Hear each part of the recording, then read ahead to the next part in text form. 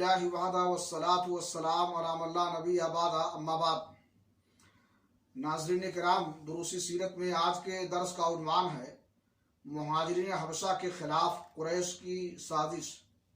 इसमें कोई शक नहीं कि मुशरिकीन को सख्त कलक था कि मुसलमान अपनी जान और अपना दीन बचाकर एक पुरअमन जगह भाग गए हैं।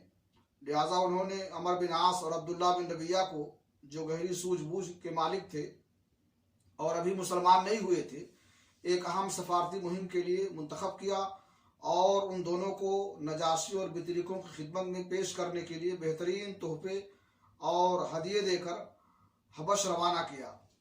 उन दोनों ने पहले हबश पहुंचकर बितरिकों को तहाइफ पेश किए, फिर उन्हें अपने उन दलाइल से आगाह किया जिनकी बुनियाद पर वो मुसलमानों को हबश से निकलवाना चाहते थे।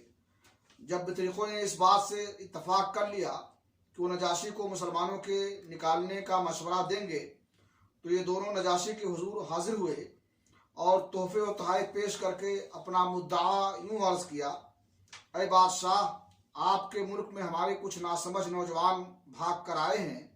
उन्होंने अपनी कौम का दीन छोड़ दिया है, लेकिन आपके दीन में भी दाखिल नहीं है, बल्कि एक नया दीन ईजाद किया है। न हम जानते हैं न आप।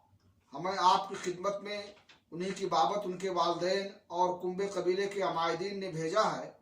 मकसद ये है कि आप उन्हें उनके पास वापस भेज दें, क्योंकि वो लोग उन पर कड़ी निगाह रखते हैं।